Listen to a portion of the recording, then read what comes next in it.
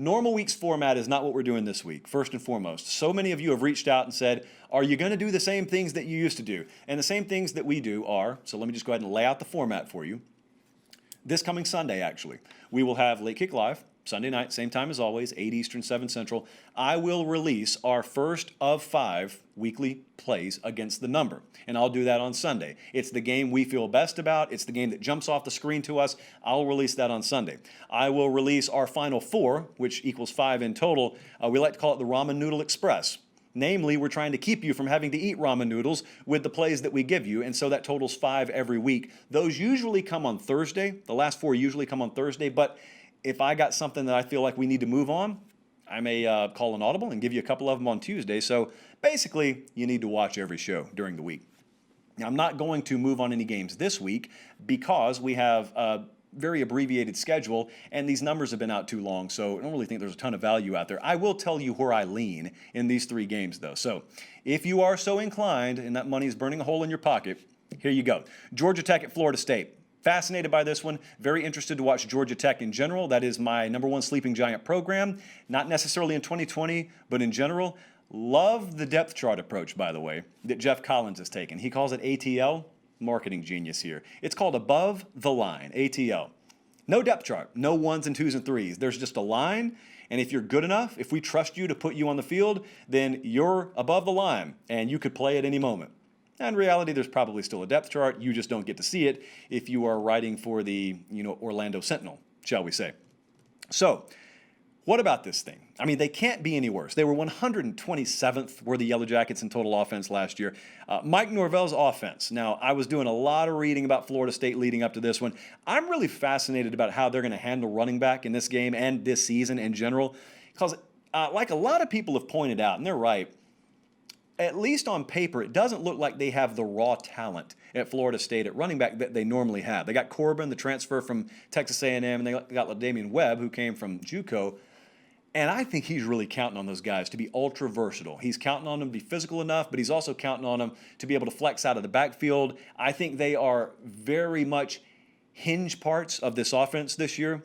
Now, like every offense that's ever been installed in the history of mankind, they are swearing that they're going to use the tight end heavily. Mike Norvell's got a track record of it. But what I'm telling you is I think those running backs, and those 2 running backs in particular, the ones I just mentioned, keys in this game and also keys this year. Georgia Tech, the reason I think they probably will be able to hang around in this one is roster-wise, make no mistake, they'll still be outmanned, but what they do return from a pretty poor defense, admittedly, last year, is they do have 20 of their top 21 tacklers back. And so if they're not missing any guys that we don't know about, then you at least have comfort in the fact that you're going to have guys on the field who know what they're doing and not running around like chickens with their head cut off. But outside of that Florida State running game, run defense was abysmal at times for them last year. I never got the sense it was because of a lack of talent or personnel. This thing right here, Florida State lacked last year, and I was pounding my chest for those of you listening. Heart wasn't there. So Kane Doe, all those guys on the front, I'm looking forward to seeing what they do against, a very abbreviated version offensively of what maybe they'll see down the road in Georgia Tech. But if that defense, if that run defense in particular is where it needs to be, and everyone's been raving about the defense down at Florida State, then they'll be able to virtually shut Georgia Tech down. Okay, that's what you should see. Now, the way I tend to think that this one's going to go is pretty low scoring, and I think that 13, if I were to lean one way or the other, I'd probably take the 13 with Tech.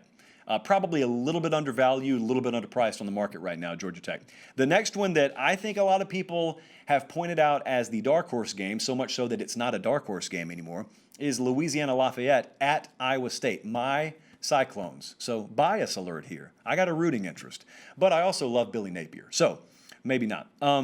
It's a huge opportunity for Billy Napier and the Cajuns. Make no mistake about this now. Last year, those of you who watch college football religiously, you remember App State beating North Carolina and South Carolina. Georgia State beat Tennessee. Coastal Carolina beat Kansas. These teams made noise last year early, and so could be a repeat here. And this is not some 4 or 5 touchdown number now. Right now, I think checked it a couple hours ago, Iowa State favored at home by about 11.5. Really good balance for UL Lafayette. I have trouble calling them Louisiana, so I apologize. But really good balance here. I think probably what I'm most excited to watch is they lost, did UL Lafayette, a couple of the top receivers, and then really a guy that they hoped would lead them this year also lost to injury. So I count them as being down their top 3 receivers from last year, which means run to win. That's essentially what they're going to have to do here. And I love all 3 levels of Iowa State's defense. Just love them. Always love the way they play. They always overachieve relative to what the composite talent rating would indicate they should do defensively. Got 4 new offensive linemen, though. New wide receivers, but still got Brock Purdy. I remember this time last year, that Iowa State team was about to play Northern Iowa, and they got pushed right to the limit against Northern Iowa. I think that serves me very well here, because I don't think Louisiana Lafayette's sneaking up on anyone in Ames, Iowa. I think the way that a lot of people who know what they're doing in the betting world are going on this is taking UL Lafayette in the points. I'm actually going the other way. There's no bias involved in this. I was kind of messing around on that. I'm actually going to lay the points. I think it's one of those games that people overthink the room too much in week 1. So I'm going to lay the points with the Cyclones minus 11.5. The third one that I'm looking forward to the most is Duke at Notre Dame. Conference game. It's going to be a conference logo. One of those ACC is going to be drawn on the field there at Notre Dame Stadium, first time ever.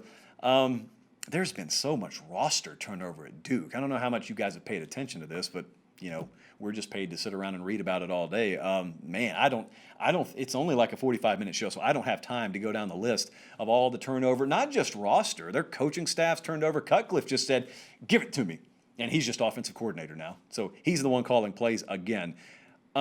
Run game's going to be the focus here. I got to imagine Notre Dame's still got a lot of moving chairs at wide receiver. They know that Duke is not settled in by any stretch of the imagination on either side of the ball right now.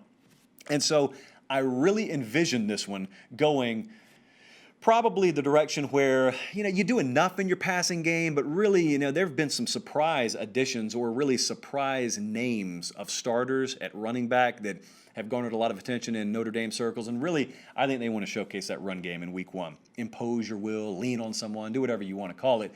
And because of that, I think that there is a vastly superior roster here. 38-7, I think, was the final in this game last year. At 20 is a fat number. But I am telling you, we've got it. My internal numbers have this thing right at Notre Dame as a 3-touchdown win. It's probably a fourth quarter decision, a garbage time decision either way. I think Notre Dame wins it comfortably. I certainly do not advise this, but if I had to lean one way, I'd actually lay the 20 with Notre Dame too.